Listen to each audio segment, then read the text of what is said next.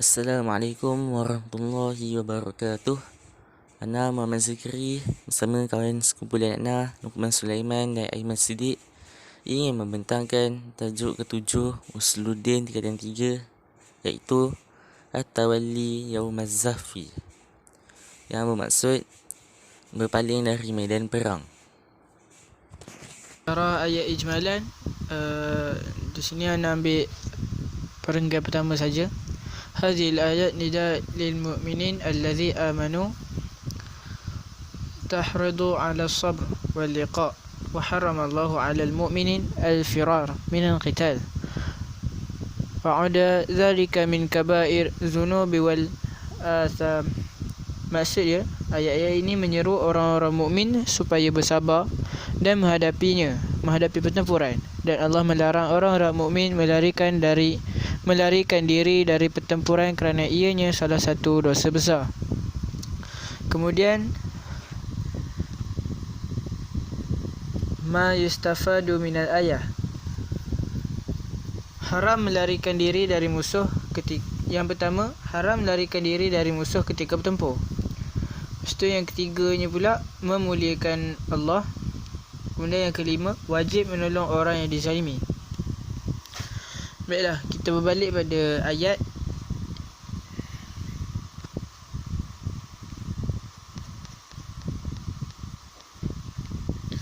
Surah Al-Anfal ayat 15 hingga 18.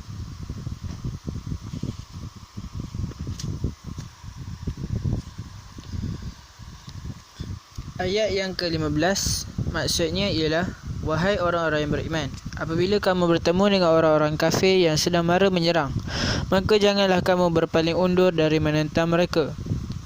Ayat 16, dan sesiapa berpaling undur dari menentang mereka pada ketika itu, kecuali ia bergerak ke arah lain untuk menjalankan tipu muslihat peperangan, atau hendak menyatukan diri dengan pasukan yang lain, maka sesungguhnya ia tetaplah mendapat kemurkaan dari Allah, dan tempatnya ialah neraka Jahannam. Sedang neraka Jahannam ialah seburuk-buruk tempat kembali.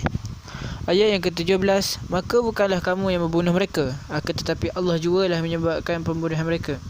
Dan bukanlah engkau, wahai Muhammad, yang melempar ketika engkau melempar, akan tetapi Allah jugalah yang melempar, untuk membinasakan orang-orang kafir, dan untuk mengurniakan orang-orang yang beriman dengan pengurniaan yang baik, iaitu kemenangan daripadanya. Sesungguhnya Allah Maha mengetahui Allah Maha mendengar lagi Maha mengetahui. Ayat yang ke-18, demikianlah caranya nikmat yang dikurniakannya kepada kamu, dan sesungguhnya Allah sentiasa melumpuhkan tipu daya orang-orang yang kafir.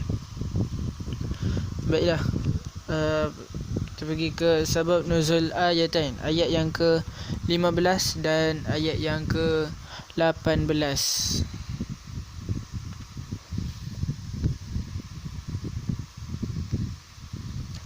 Ayat yang ke-15, An Abdullah bin Umar qala, daripada Abdullah bin Umar radhiyallahu anhuma berkata, saya masuk ke dalam salah satu pasukan dari pasukan-pasukan Rasulullah, kemudian mereka memeriksakan keadaan, dan saya di dalam pasukan tersebut. Maka kami bertanya, bagaimana ini? Kami telah melarikan diri daripada hiasan, dan itulah kemarahan kami. Lalu kami berkata, sekiranya kami masuk ke kota, kami memutuskan. Kemudian kami berkata, sekiranya kami datang kepada Rasulullah, jika dia bertaubat atau jika kami pergi, maka kami akan memberinya sebelum salat subuh. Dan dia keluar dan berkata, siapa mereka? Dia berkata, kami mengatakan kami melarikan diri. Dia berkata, tidak, kalian adalah orang bermasalah, iaitu mereka yang kembali berperang. Saya orang kamu dan saya orang muslimin. Dia berkata, kami memberinya sehingga kami menerima tangannya. Riwayat Ahmad. Kemudian ayat yang ke-17,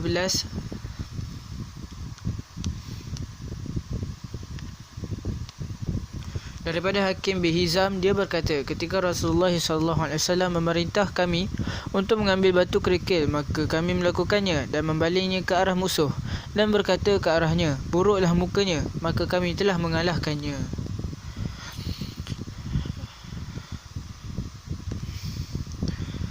Kemudian daripada surah Al-Anfal ayat yang ke-17, dan bukanlah yang membaling dan bukanlah yang melempar itu adalah kamu, tapi Allah lah yang melempar. Kemudian pergi ke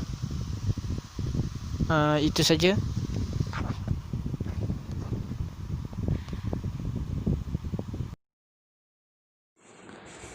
Seterusnya, kita pergi ke ma'ani kalimat al-mukhtaru.